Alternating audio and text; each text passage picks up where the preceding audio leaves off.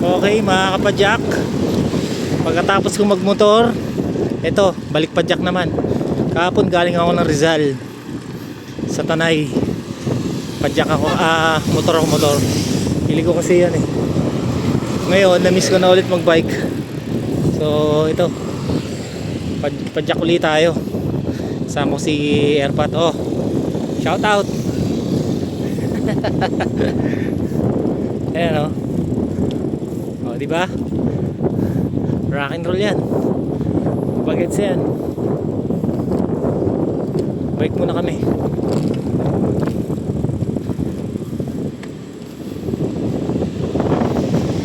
Diyan sila mama.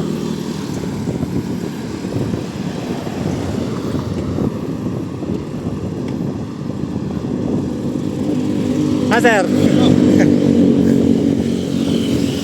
Diyan sila mama.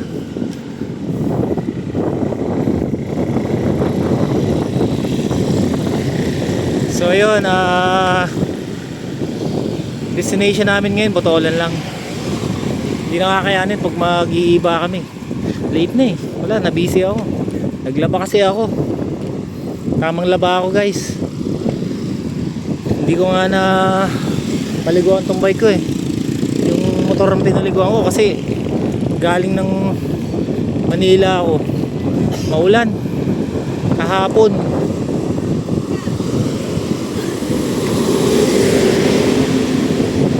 So masarap mag-bike eh. Masarap din mag-motor. Sobrang sarap din mag-motor. Nakaka-enjoy. Kaso ito, kailangan eh. Exercise kasi. Ang laking bagay nito. Nakatulong sa akin yun. Nag-medical ako. Kumanda yung blood pressure ko ngayon. Kumanda yung BP ko. Tapos sinabayan ko na rin ng diet. Padyak tapos kain, gulay. Iwas ako sa karne. Urisda lang ako. Tapos may kanin, oo. Kasi ang hirap din pag walang kanin. Katulad dati, sobrang pumayat ako. Siguro mga timbang ko nun nasa 66. Pumayat ako. Pangit yung ganun. Oh, shoutout sa inyo. Hi ka. Hello po.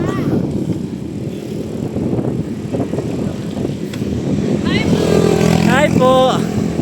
Mga agaw ng lakas. Mga agaw ng lakas. So ayun guys, dito maganda na yung ambience dito. Mapuno na. Kasi banda doon medyo hindi pa masyadong mapuno. Pag ganito presko na hapon, sarap mag-bike. May enjoy mo. Wala eh. Dati kasi taga Rizal kami. May bahay kami doon. Kaso binenta na. Okay din sana doon sa Rizal. Kaso grabe doon. Grabe ang ahunan sa Rizal. Dito more on patag dito. Meron din naman mga ahon na ahon pero sundot-sundot lang. Like sa Rizal, parang Baguio. Ahunan.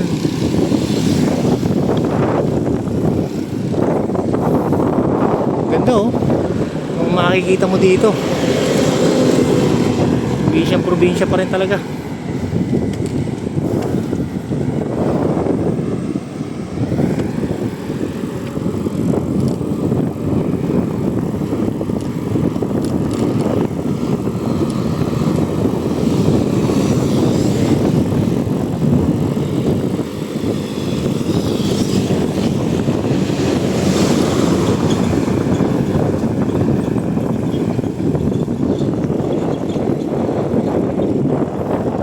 Pababa na ang araw guys.